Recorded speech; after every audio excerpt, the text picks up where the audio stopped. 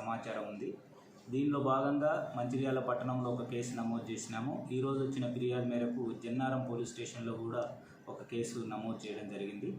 ముఖ్యంగా విలేకరులు అనేవాళ్ళు ఎలక్ట్రానిక్ కానీ ప్రింట్ కానీ సమాజానికి, ప్రజలకు, ప్రభుత్వానికి, ప్రభుత్వ వ్యవస్థలకు వార్తలను చేరవేస్తూ అవగాహన కల్పించే వాళ్ళు చాలా గౌరవప్రదమైన వృత్తి.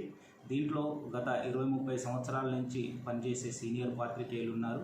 జర్నలిజం లాంటి ఉన్నత చదువులు చదివి కూడా వాళ్ళు సమాజ సేవలో వృత్తిలో భాగంగా వచ్చిన వాళ్ళు ఉన్నారు.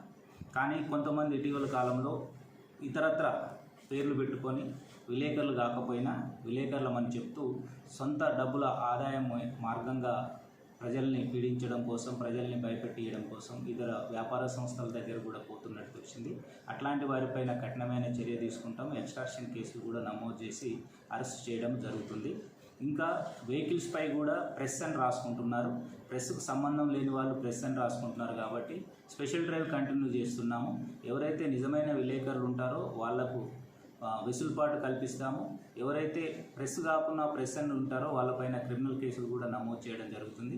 కాబట్టి ఎవరైనా విలేకరు కాని వ్యక్తి ప్రెస్ అని పెట్టుకొని తిరిగినట్లయితే ఖచ్చితంగా వాళ్ళపైన క్రిమినల్ చర్యలు ఉంటాయి. కాబట్టి ఇప్పటికైనా అలాంటి ఉద్దేశాన్ని, అలాంటి పనులను మానుకొని చక్కగా ఉండాలని కోరుతున్నాము.